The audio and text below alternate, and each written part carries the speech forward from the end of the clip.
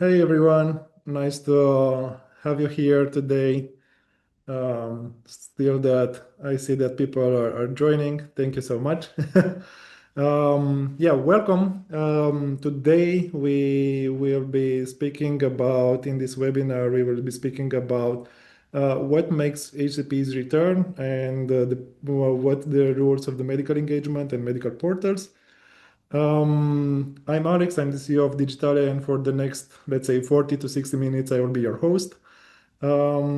Before going into presenting my other colleagues that we have here today, I just want to go through a bit of housekeeping rules. So first of all, the webinar is recording. It's recorded, so you will also receive a recording after that in case you want to revisit it. If you are also interested in other webinars, you can go on our website on digitalia.co/resources, and you can also see some past editions as well. And the last thing is that we will also have a Q&A session at the end. So feel free to put your questions either in the chat over here, either on the Q&A tab, and we will take them either along the way, either at the end of the webinar. Perfect. Before doing the introduction, I also have some homeworks for you. So we want to be this webinar a bit interactive, like to get your perspective as well. So we have a first poll that is regarding if your medical portal will disappear tomorrow, what would your HCP truly miss? So while you are answering the questions, I will um, leave the speakers to do a short introduction. And yeah, Jenny, if you want to start. Thank you so much, Alex. And I'm really excited to be here to talk with everybody and look forward to the questions. But my name is Jenny Smuland, and I lead engagement strategy and external channel discoverability of our global medical content for AstraZeneca.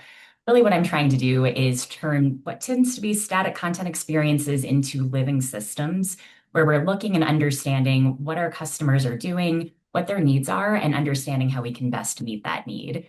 My background really is having worked across multiple industries, bringing public health experience and a wealth of other paid media and digital marketing experience to pharma and specifically to AstraZeneca.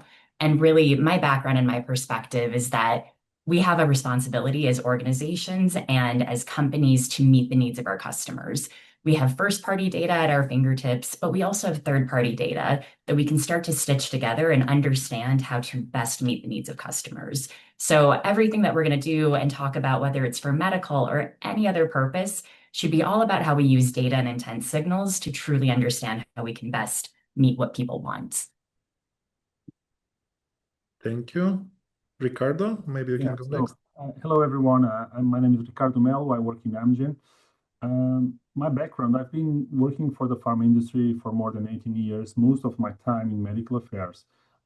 In the last 2 years, I've been in Amgen working at a global level in the development of digital HCP engagement solutions within the digital medicine department. From that perspective, I've been involved and responsible for developing omnichannel strategies and also digital platforms for Amgen products. I must say it's a pleasure to be here with my colleagues, and I hope that we will be able to share ideas, strategies, and learn from each other, and also learn from the questions from the audience. Thank you so much, Rob. We are keeping the best at last. It's very generous. Definitely not true. Nice to see you, everyone. Thank you so much. I'm Rob, CEO of Graphite Digital. We help life sciences organizations create greater engagement through their digital experiences. And I've done that for the last 17 years and seen a lot of change in that time. We work a lot on global and regional web programs and recently undertaken research and delivered a global medical portal for web. So yeah, this is a timely conversation. Glad to hear that, and thank you for the introduction. In the meantime, let's see also the poll results. So, in terms of what HCPs will miss, basically the first what took the first place is access to trusted medical content. Not a surprise, considering the roles of medical portals. On the second place is nothing. also an interesting topic. Maybe we can discuss about this today as well. And the third place, it's I'm not sure. So yeah, thank you so much for voting. Now let's go to the first topic today, which is building relevance and trust through medical content and channel design. Jenny, maybe we can start with you. So maybe many pharma companies are still building around company structures and not around the HCP needs. How do we reverse that? How can the medical teams shift from the one-way medical education to a true scientific partnerships? Well, I think the first thing that we have to look at is beyond our walls. And so I come with this fascinating perspective, having been a previous agency owner and agency employee, well above and beyond before I ever worked in the walls of any company. And when I worked for those agencies, I was always clamoring for these companies' first party data, right? How much can I understand about what the customer's doing, what they need, and how can I start to stitch that together with the third party data that I was responsible for? And now, being on the flip side, what's really fascinating is that over the last several years, massive companies like mine have done amazing work to internalize data to make the operations their own. But now we have to sort of reverse engineer what used to be the case and start bringing that third party data in to our first party walls and start to understand that the demand signals, the cues and intents that we have access to within our first party is fantastic. It's rich, it has so much depth. And compliantly, we are able to go much farther with that than any other vendor or supplier can. However, as we start to stitch together the demand intent signals that HCPs are giving us in other areas, whether it's using Google Search Console, and yes, there we go. Thank you for that question. Google Search Console data, for example, shows us verbatims that are happening within the Google search environment. So where can we bring together not only what's happening within search engines, but also engagement data from platforms like LinkedIn, ResearchGate, other areas where we may be distributing content partnerships and can actually start to understand what preference looks like, engagement, how we're looking at engagement, especially at a specialty level or even at an NPI level, depending on the country. And so how we start to not only put content out intentionally into the market, but really understand, again, these external platforms where HCPs are spending their time, including peer networks like Doximity and Sermo, including Medscapes of the world, right? We have all of these different places where HCPs are going. And it's our responsibility to not just assume that HCPs are not going to be coming only to our site, but again, to meet them where they are and take the data that they're giving to us and really try to understand what their preference is. And so what I tend to look at is what is that entire environment, right? If I were to paint a day in the life around a singular customer, whether it's an HCP, whether it's me as a marketing professional, whether it's an agency owner, whoever that affinity might be, how do I understand what their day is, what their needs are, and try to meet them across that journey and then pull that data, which is real-time market research, and understand what their needs are. And so really it's combining the first and the third mathematically to get that true picture of what the HCP's universe is and not just what I operate. Thank you so much for sharing your perspective. Ricardo, now moving over to you as well. So basically, engagement doesn't start with design, but with purpose. Why should HCPs return, and how do you make sure your portal becomes something they rely on and not just visiting once and that's it? Yeah, that's a good question. From my first thought about it is, and my reply is about the common sense. They return because they see value on the site. And this is very easy to say, so it's common sense. But defining the value, it's not easy as it seems. So value is something that takes time and resources to build. And above all, value means that whenever an HCP came for the first time, they found something useful for them. This is really important, and it's also easy to say this, but when you try to show this, the value, it's difficult. One example, in our world, when we don't, when we went to the social networks and we scroll there, it'll be very easy to, sometimes you don't have value and you scroll very fast. It happens with many sites. They go to many sites and they scroll it very fast, so they don't see the value on it. So we need to get them a way to stop in our site and see the value of it.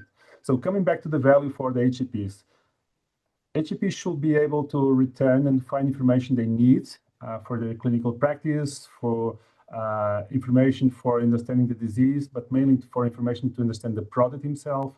They come back to get materials they can use in their own work presentations to stay updated about the new data or new trials.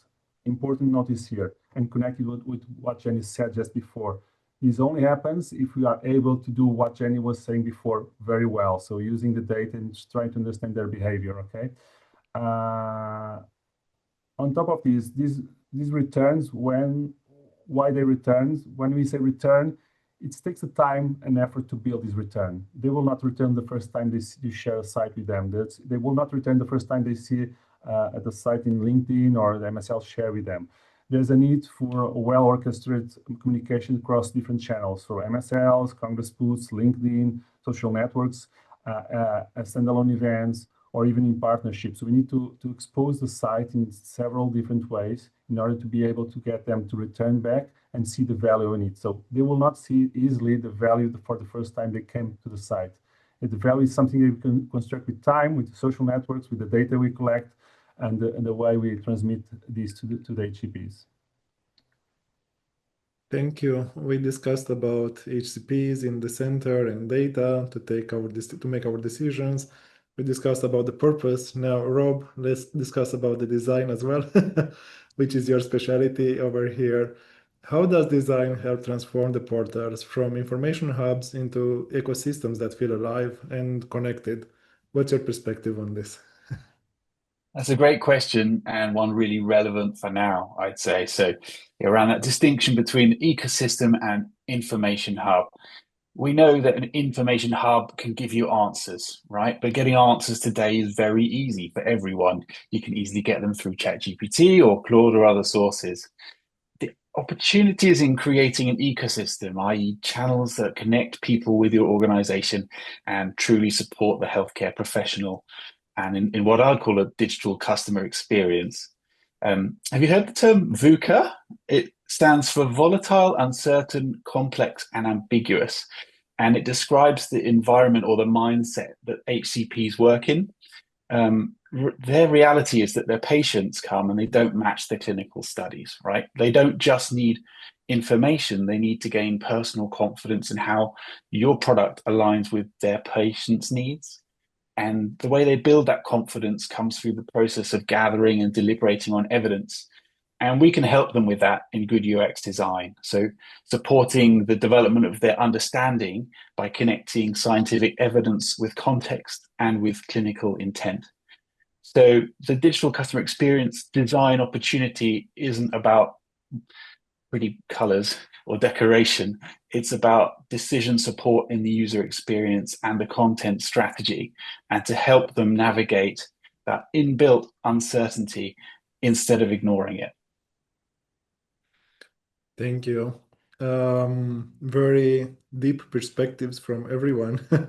And thank you for connecting the dots. Maybe we can move a bit into from the data in the orchestration and to discuss about the portal interaction. And we can stick a bit with the data-driven journeys. Ricardo and Jenny, I have questions for both of you. How do your team use portal data to inform the next best actions across the channels? And how do Amgen and AstraZeneca map the body language from portal activity into the CRM active actions and also field related? So, Jenny, maybe we can also start with you again. Sure. I mean, there's so many ways to take these data cues and signals, and at this point in our journey, it's not going to be all that dissimilar from the way our commercial colleagues have really led the field and how it works. But I think the opportunity for medical is how we begin to think about those orchestration patterns across the entire landscape, medical to field to commercial, and how that all works within a landscape for a launch. And so when we think about some of these examples, right, we can create these intentional handholds that are a little bit better than what they currently exist, right? Where are we understanding what the intent is of how HCPs are gathering information, the types of searches they're looking for, really what are the verbatims that are telling us if the intent is meant to meet a clinical and medical sort of commercial or intent, or if it's a commercial engagement. And so we have to make sure, again, that intent is part of everything we do, but that we are compliantly stitching together everything that we can to try to understand, again, what does that HCP need? How do we meet them on these channels? There's research that shows us that the average HCP is accessing 6 to 8 different external platforms per month to do medical information research. So knowing that, we have to assume that our singular portal can't be the end all and be all, and again, has to be how we look at orchestration, specifically at that content engagement level. Because at the end of the day, what HCPs are coming to our site for is the content, right? It is that medical scientific content and that content being king. So if we have a content first strategy that is aligned with an understanding of the audience and can really mirror and merge those together, define the audience needs, define their content preferences, and then understand the right channels to meet that need and preference, that's really going to be our best responsibility.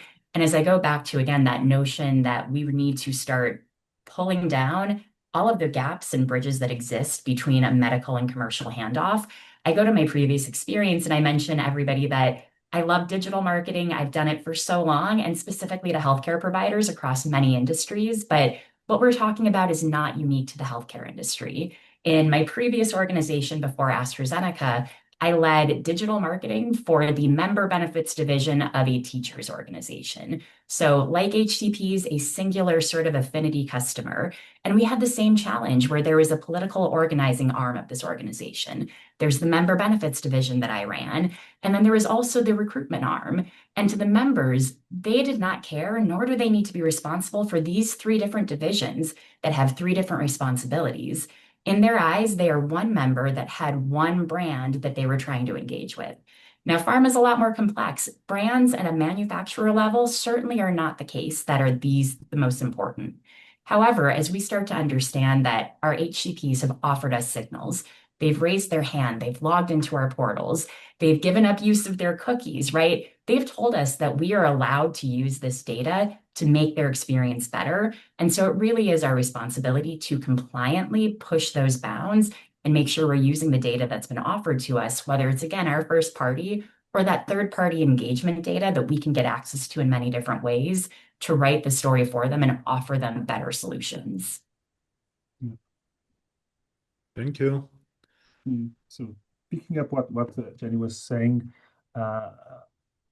she started to say orchestrating is important, and I think it's one of the most difficult parts. Creating is orchestration, working and maintaining true digital communication. So tracking clicks is easy. So looking to the clicks and the simple dashboard and seeing the results is easy, but fully understanding them and connecting the dots, as you said, Alex, before, across different platforms, it's not the most linear thing we can do. And only when you connect them, all the dots, you are able to understand the digital body language you are asking initially.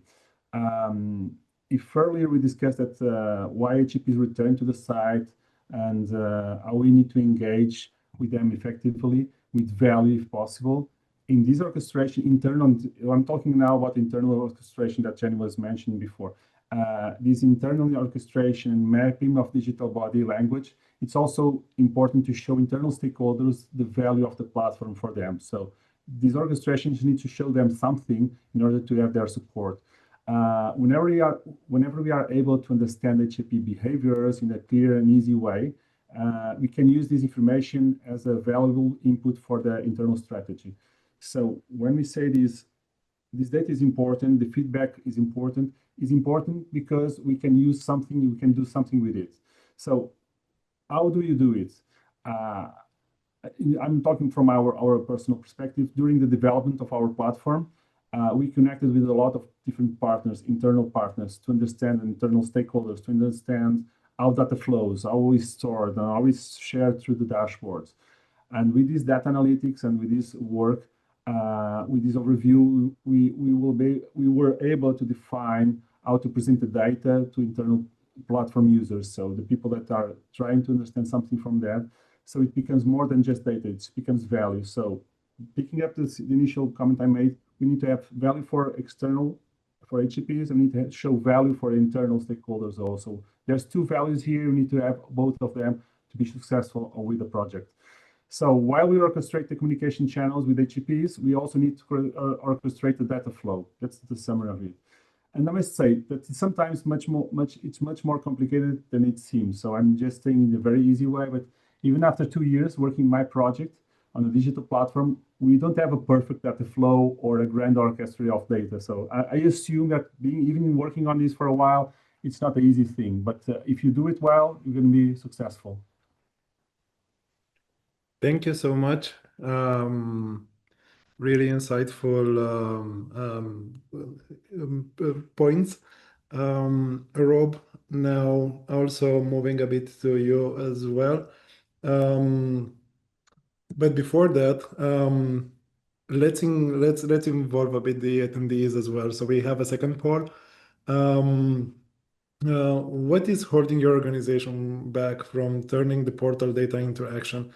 So if you can also, while I'm asking Rob the questions, if you can also vote here, it would be very, very helpful. Now, Rob, how can the design help make each of the interaction count and strike a balance between the two effectively? So we spoke about this, let's say, digital body language, but how can we make it into reality? Yeah, and thinking about that balance between personalization and privacy, particularly. Firstly, I just want to say I'm totally aligned with what Jenny shared on the point on intent, and that we have the impetus to continually improve the offer. It is really important and a rare one that's undertaken. Actually, rarely do people improve the products on time.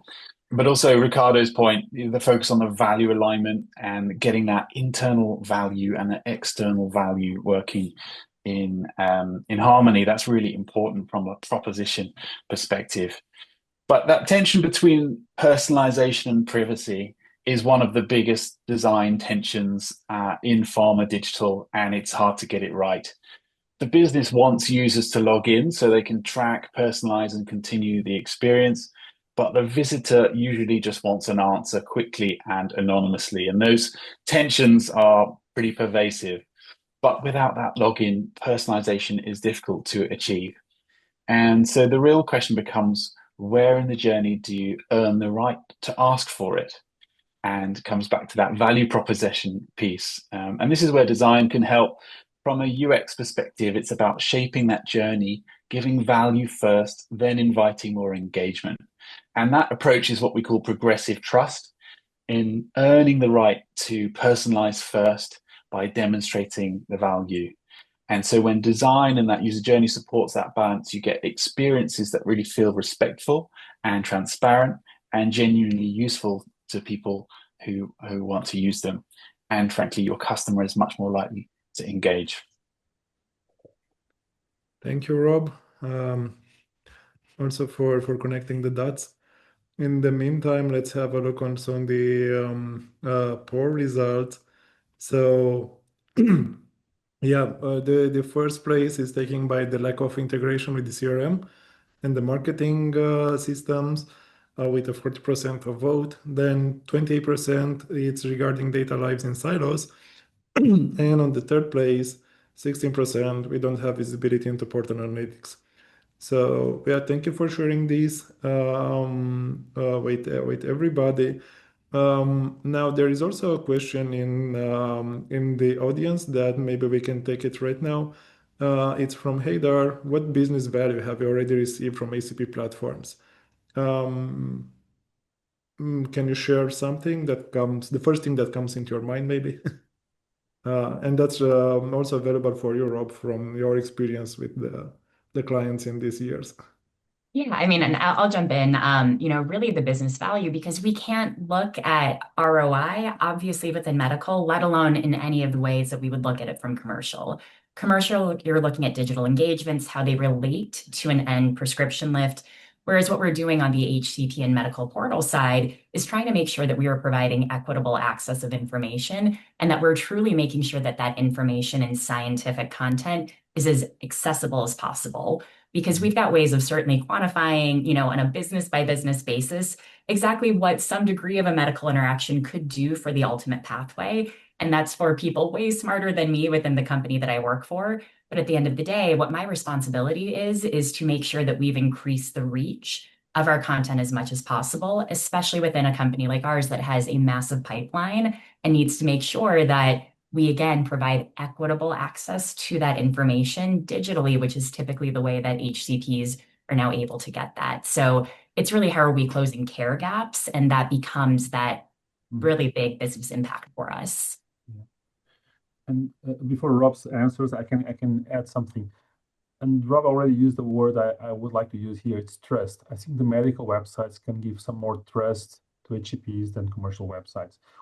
I remember that we have done an advisory board with some HCPs trying to connect insights for our platform, and they said, I only go to sites when I trust, and the ones I trust is when someone I trust shares with me. And usually, I'm not saying that reps are not trustable by HCPs, but from a scientific perspective, usually MSLs or medical teams are more trustable to collect the information from them. So if it's MSL sharing a website, it is from medical, it's not promotional, it's clean, I think we can provide more information. On top of this, and from our experience, we can provide more information than the commercial sites, meaning that usually commercial sites, marketing sites are more focused on the product, mainly very focused and very promotional. We can provide information, and we are on our site we're providing information about the Congress data, about the clinical trials, even some results of clinical trials, information that the marketing websites, the commercial websites that doesn't have. So we can complement the commercial site in some way, and on the other, it's more trustable in a way that comes from medical and does not come from commercial. I'm not saying commercial is bad. I'm just saying we have a different perspective. Okay, if someone is listening from commercial. Yeah, and maybe just building on that, I think the different perspective is around persuasion versus support, right? So commercial, you might be trying to more persuade and convince, whereas the role of a medical site or experience, HCP is only going to arrive there if they're aware of your product in advance, really, and it provides a supporting role. And that supporting role is really important when closing the gap on that sale and convincing them, giving them that information in an impartial way to support that decision-making process. So I do think those roles are really important, and particularly the medical ones becoming more important as information out in the world is prevalent, but it's we need trustworthy information, and this is why the sites exist. Thank you. Moving on to the next topic, I would like to stick a bit on the experience part and on the design on this area, and maybe we can go into how the behavior design, micro UX, and content written shape HCP engagement. And Rob, I will be putting you on the spot first because you are the expert in the house, so maybe you can share your perspective on this. Yeah, we think a lot about behavior design and that micro UX and that content and bringing those things together. Now, I feel that most HCPs don't think in terms of commercial versus medical or promotional versus non-promotional. They just want answers fast that they can trust for their patient in their moment of need. And we'll do well to design around that mindset, not on our workflow or operating parameters. So that means surfacing what they actually care about, and that's dosing, interactions, new data, patient support, those sorts of things. And that has to be really visible so that they can get to that answer by skim reading it and then letting them go deeper if they want to. We don't want them to have to hunt through the tiny writing to find the answer. And this is actually where micro UX can make the difference. So we call it progressive content reveal, and aligning navigation to those journeys as well. So you can surface the main information and then click, they can go deeper and deeper to satisfy their questions around that clinical evidence. And so we end up designing for satisfaction, not compliance, or at least, of course, it's compliant, but the satisfaction in that user journey is the paramount priority, and we design it in a compliant way. And that's what makes a portal work for its customers. I'll leave it there. Thank you. Now, Jenny and Ricardo, you've both been involved this year in the HCP, in the medical portals. Maybe you can also share from your personal experience and personal practice, like the view. So I'm probably going to start from the top, which is really outside of the portal itself. Rob talks a lot about where the portal is created, kind of the work that we're doing on the site itself. And I can guess that Ricardo's going to talk a lot about where we're going to go in the middle, but let's start with before they even get to our portal, because that's really going to be one of the key areas that drives our user journey, right? So whether it's a micro pathway, a macro, whatever the size of that user journey is, how they get here, how they started is truly important. Because if I were to look at website engagement, website portal, whatever it might be, if we're driving users from single topic search campaigns to a portal, what we're going to start to see is an instant drop off in return rates and an instant drop off in engagement, because now we've got an audience that has only been driven from one specific topic for one specific solution. So we would have to start increasing the breadth of the types of people that we're bringing in topically via search to make sure that search in and of itself is not a detriment. So we've got to balance those external channels, making sure that they are getting as many HCPs as possible and across as many topics as possible, because only then will we start to create more of that downstream retention. Because I agree, right? If an HCP is getting to our portal and they're running away after their first visit, then we haven't done enough to retain them. However, if we've brought them in only for one specific reason, then that's on us to make sure that we are pre-communicating that value proposition before that journey starts. Otherwise, that journey is always going to be singular. Yeah. So that's why let me pick what you said just now. I believe that the medical websites, or the pharma websites, is not usually the first place they go to look for information. So looking to the flow. So the first time they came to the site, most of the times, are because we share that with them. So we share the website with them, and they for any specific reasons. And as I said before, we can have different contents on the website: Congress data, posters or presentations or updates from the latest trials, and some slides they can download. There's some information, so we can have a big range of information there. But they came to our site because of a very specific thing, as Jenny was saying. And we need to leverage on that to show them the value of it. So they need to be motivated to come back to the site, and in the first interaction with the site needs to be valuable. So my point here is, whenever there's a question that HCP raises to anyone on Amgen or any pharma industry, to the medical team, so there's, oh, I want to know more about this, I want to know more about that. We need to learn with that and put this information in the site. Every time they ask you a question, say, I can answer you this, but you can go deep on this topic on the website and can share the link with it. This is the best way to launch a site and show value on the site, how to provide it. So this motivation came from, it's something there for them. There's a value. I'm back into the first topic we raised, so there's a value on that. But to show the value, you need to get them interested or motivated to come to the site. So this is my perspective, that complementing what Jenny was saying, the flow of the user, also try to understand clearly what they want to have there, and be sure that whenever they ask for it, you're going to have a link to share with them saying this information is there. So it's my perspective on how to shape HCP engagement. Afterwards, there's other ways, but this should be start from there. That's what we're doing here. So together with the launch of our website, we're preparing also a launch plan and communication plan. And just a note on it, it's not only the MSLs, okay? It's also events. So give a very simple example. You have a medical booth in a big congress or oncology or cardiology. You should have the QR code there or saying something there that we can link with it. So whenever they have a question there on the medical booth, the MSL that could be there could also drive them. I'm just giving these examples to be easier to understand how these orchestrations works, okay? So it'd be more practical work.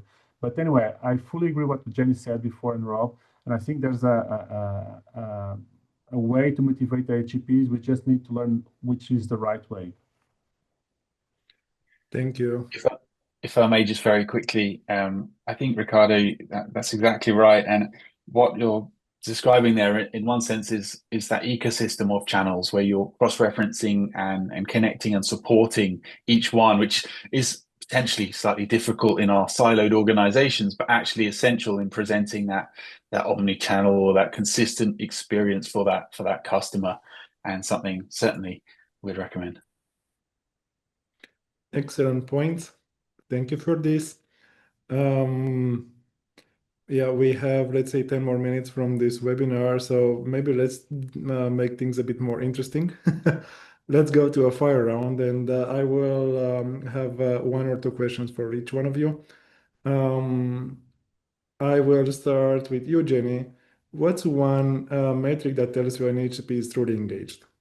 Search, whether it's on my site, Google, wherever it may be, search is the low-hanging fruit, and that's somebody raising their hand and saying, I want this information. It's the best engagement cue we could ever get. Thank you. Ricardo, what's one data signal every pharma team should start tracking today? Yeah. So maybe one data signal. It's one of that we didn't mention yet, and actually Jenny mentioned somehow now in this answer, and could be a topic for a new webinar, a totally new webinar. Is how often our platform is assessed by AI language models or by search engines like Google, meaning how much times the bots from them comes to come and screen our site. So this is can be enhanced by search engine optimization. But it's important to understand how the site is growing in visibility. This helps us, this data signal, how much times the bots from ChatGPTs and Google's comes to our sites. It's help us to understand how our site is growing. And many of us, and especially HCPs, and we listen to these on our advisor board, they use these tools, the ChatGPTs, to find their information. They don't go anymore to any other sites. They just go even more to ChatGPT than to Google. So if our site starts being listed on these ChatGPTs or in Google's, it's the first sign of success of our site. It's very difficult, but we need to be focused on that. If anytime it comes there, we are being successful.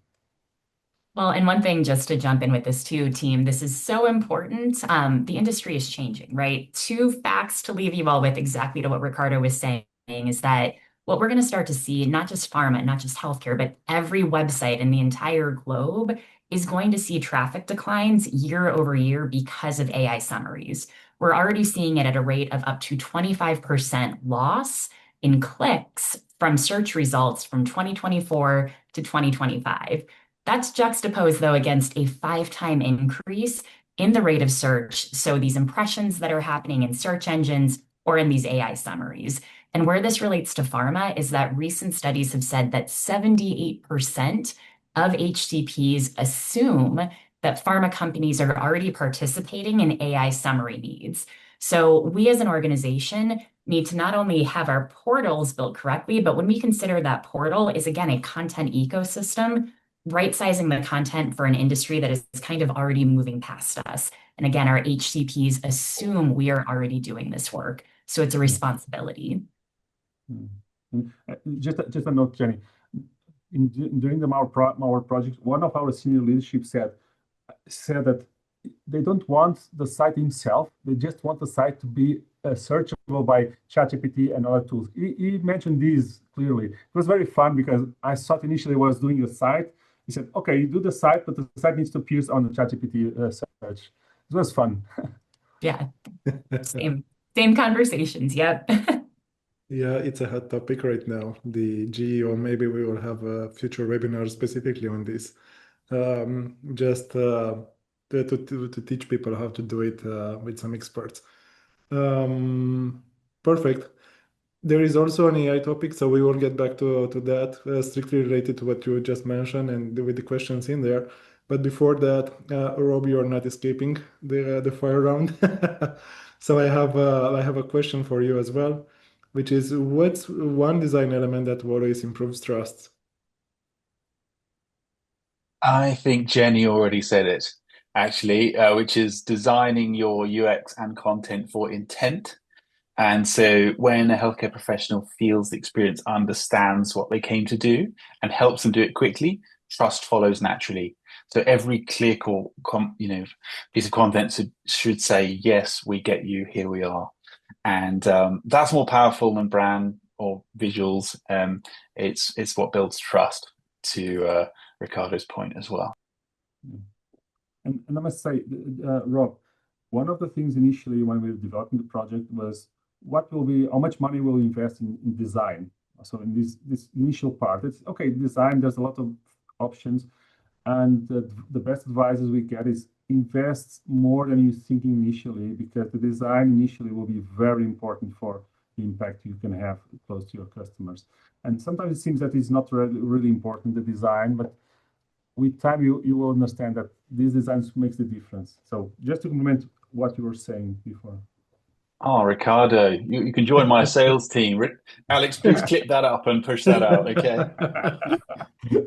Thanks. Job offers everywhere. Yeah, thank you. Now, just to get back a bit on the AI, GEO, EEO topic, there is also a question from Sonia, and thank you for that. From your perspective, is AI helping connecting the dots in an age of data overload or not? So I want to answer from a slightly different take on this, Sonia, because I think especially where we're coming from or my role within medical content and portals and how we're using portals more to get the content out there. The way that we're starting to use AI is not to say that it's not connecting the data overload dots. It's more within our realm. How are we using AI to make the work of medical content production easier based off of what we find out from AI dots being connected? Because the biggest issue with any of our portals is we want medical content on there. We want it to be at volume. We want it to be fresh. But what do we need to get that done? We need resources. We need content production. We need MLR in most cases. And so AI is making it certainly easiest for us to identify those gaps. But what that bigger challenge then and that bigger benefit is how AI makes it easier for us to then meet the need of that gap, right? Let's say we find data and analytics that says, we don't have enough to meet the need around something around an MOA. Great. We need to produce that content, but rather than that being a multi-month content production cycle, how can we speed that up? And again, get the content to market faster in a way that meets the user's intent and need. And so it is data generation for sure, but it's the content generation that I think is going to be the most powerful for medical moving forward. Mm-hmm. Yeah. I fully agree with Jenny with the content generation is faster.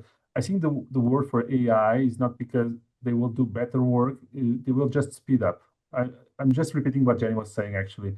I think the speed of work, and I've seen in my project during this year, it's speed up a lot, some things that will otherwise I will take more resources, or by myself I will take much longer to do it. So I think speed is the word for AI, these tools, AI tools.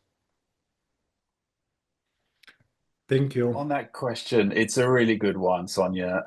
Is AI helping connect the dots in an age of data overload?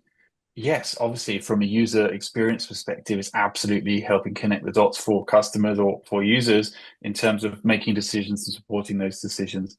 The problem is for us and internationally, where it gets the data is it's fragmented, right? So in the UK, if you ask as a UK HCP, tell me the recommendations around this product, okay? And we've seen it before where it pulls the data from the US, it pulls the data from other sources, and that's just not compliant. And actually, will a user trust it? Maybe, but this challenge of trust in AI is going to keep growing, and I think people could potentially get burned on this, and we may see a swing around that, and the trust move back into closed channels. But what those will look like, we will see. Thank you. Now, there is this myth, which in some certain cases there is also true, that usually the medical teams are a bit more hesitant in adoption the innovation or new technologies or new ideas. So they are more, let's say, traditional. Now, there is a question from Daniel regarding this topic, especially for you, Jenny and Ricardo, and also Rob, feel free to add your thoughts as well. What is your advice for stakeholders, pharma and med affairs organizations who may struggle to adopt this newer tech, like AI summaries, for example, out of fear of overwhelm? How do we get unstuck from this?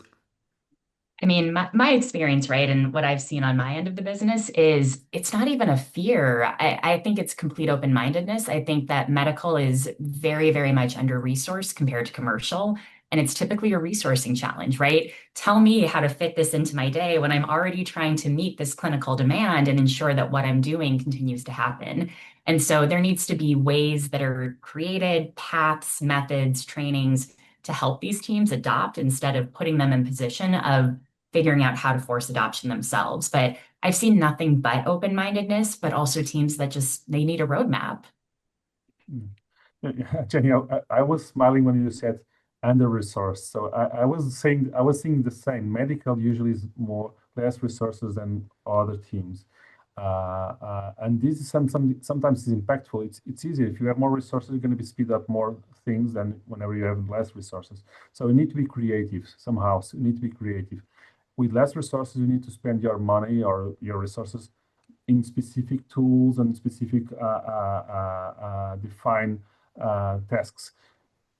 Having said that, you will not be able to have all the things that the other departments do, but select one project to do it and do it well. Example, if you want to produce new content using these AI tools, put your eggs in 2026 for this and make a bet that you're going to have the best solution there, and you will do it. So whenever you have limited resources, you need to have a prioritization about it. It's my answer. Thank you. Also, a question from audience. Should ACP portals move from offering content to offering services? 100%, absolutely. Because otherwise, how are we different from PubMed, UpToDate, any other resource? I mean, we as an organization, again, that has this massive amount of first-party data, yeah, we have to offer services. And some of these services are going to be unique services that we can offer in tools like calculators, temperature checks, right? Nothing that's too sexy, but they are unique to what we as these manufacturers can offer. And increasingly, those tools and the understanding of how HCPs prefer to use these tools need to then be part of our design systems to meet preference and need. Fully agree. I just have a note on top of this. Some services will be different across different regions. And having said that, I'm being based in Europe. I'm been working for a US portal. And in the US, limitations are quite different from the limitations we have in Europe. And I never worked for Asia, but I believe probably in Asia they have different limitations also. So sometimes it will be great if you fight and you are able to provide a service, but sometimes it's difficult. So you need to be prepared to fight against it. I'm remembering one thing that we have done some years ago. It was a simple score website for HCPs to diagnose FH, familial hypercholesterolemia. In Europe was a pain because this is a medical device. If you're gonna get the diagnosis, it's a medical device. Sometimes this is difficult. So I'm just saying, I fully agree with you, Jenny. I'm just saying sometimes you need to be prepared to fight for it and to be able to get it to deliver it at the end, because sometimes it's difficult. So, but anyway, I fully agree with you. If it's their services there and if it's connected also with other sites that we have from the same company, it will be great. I will give an example. In the US, we have a website that is called PARC. PARC is for patients, patient activations. But our site we're doing was for HCPs. So we can connect also different sites and providing the connection of different services for the healthcare, for the patients, for all the broad people that is impacted by our drugs. So I'm just saying this, that it's important to have the services. I think it's crucial. It's the way you differentiate from PubMed, as Jenny said, but sometimes it's challenging. Just say that.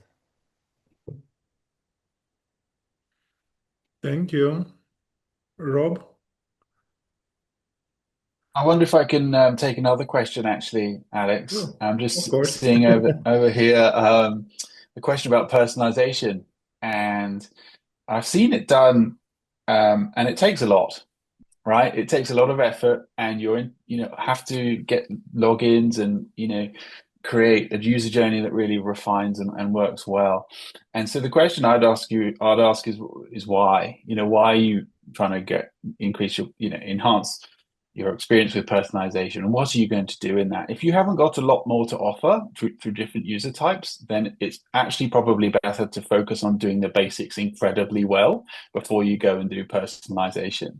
And then, perhaps you've got different user types that need something different, and you can go and meet those needs. But it should be needs first before technology. Well, and to that end, though, right? I mean, there's ways to do that somewhat gracefully. Preference centers are absolutely tactics that can be built in. Let the HCP literally tell you what their preference is. But otherwise, a recommendation would be to make sure that anything from a personalization perspective is built on iteration. To a certain extent, you might just have to do something from an A/B perspective. But yeah, that intent kind of what is that benefit of personalization? Is it that it's going to get that HCP to high value content faster, or is it going to possibly get them to a greater retention strategy? And there's, ultimately two different objectives there, and both could have different applications for personalization. Yeah, I can give you an example of this. Very simple one, so not complex. In Amgen, I'm pretty sure you've done the same, Jen, in AstraZeneca. We have when we send emails or newsletters or invitations for HCPs, usually we try to do this in some kind of personalization. You send the first one email, and then if they didn't open, you change the design, the title, some things. The content will be the same, actually. At the end, the content will be the same. And then you send a second one 2 weeks afterwards. What it means, if you are sharing in this email the website, the platform, if it was not sensible to the first one, it could be sensible to the second one, design and things. And in the second one, you can click and go to the website, to the platform itself. And the platform, it's more difficult to have a platform adjusted to the HCPs, but the way you drive the HCP to the platform could be personalized. That's much, much easier than the platform itself. So what we're saying, Rob, is the platform sometimes it requires our login and some other things running behind. So if you think about personalization, think before you get the HCP to the website. After that, I think you don't need so much. That's a good distinction. There's many, many different options around personalization we can go into. I was considering from the full user journey perspective, that can be very hard to orchestrate when you don't have a lot of resource. But there are certain things in that user journey that you could definitely add more value and connect with people. And actually, to your point, Ricardo, certainly in getting them there in the first place. Yep. Thank you. Janut, hope that the question was answered. If not, I'm also happy to connect, and the speakers will also be happy to connect on LinkedIn to discuss a bit more on this. We have time for one last question. Maybe we can take a simple one or not. Based on your experience, which traffic strategy worked best so far? Well, I think it's interesting if we define best. I say the quant and the qual, and it depends on what you're looking for. If you want to drive traffic at the highest volume, typically that's going to be something paid search, a paid campaign, find the HCPs on the external channels where they are and give them a reason to click through to your site. However, if we're talking about best in terms of a most engaged audience that might be the most likely to return, I'm going to blend towards either something that's an MSL, field integrated strategy or organic search. And that's really that key distinction of organic search versus paid. Organic search is much broader. It is more germane and what people are actually kind of looking for. Paid search pushes information in front of people to a greater volume if they happen to be searching for that topic. And so to me, search, if you guys can't tell, is really one of my swan songs. It's one of the most amazing platforms, especially as it continues to proliferate into AI work. But how we look at the different types of search audiences and the different levers we can pull with search, I think that's where the greatest power comes. I think that the best traffic strategy from my perspective is the one that you could be keep the engagement with HCP, meaning that the paid search, it's okay. I think it's important, and I think it's a good way to drive traffic to the website.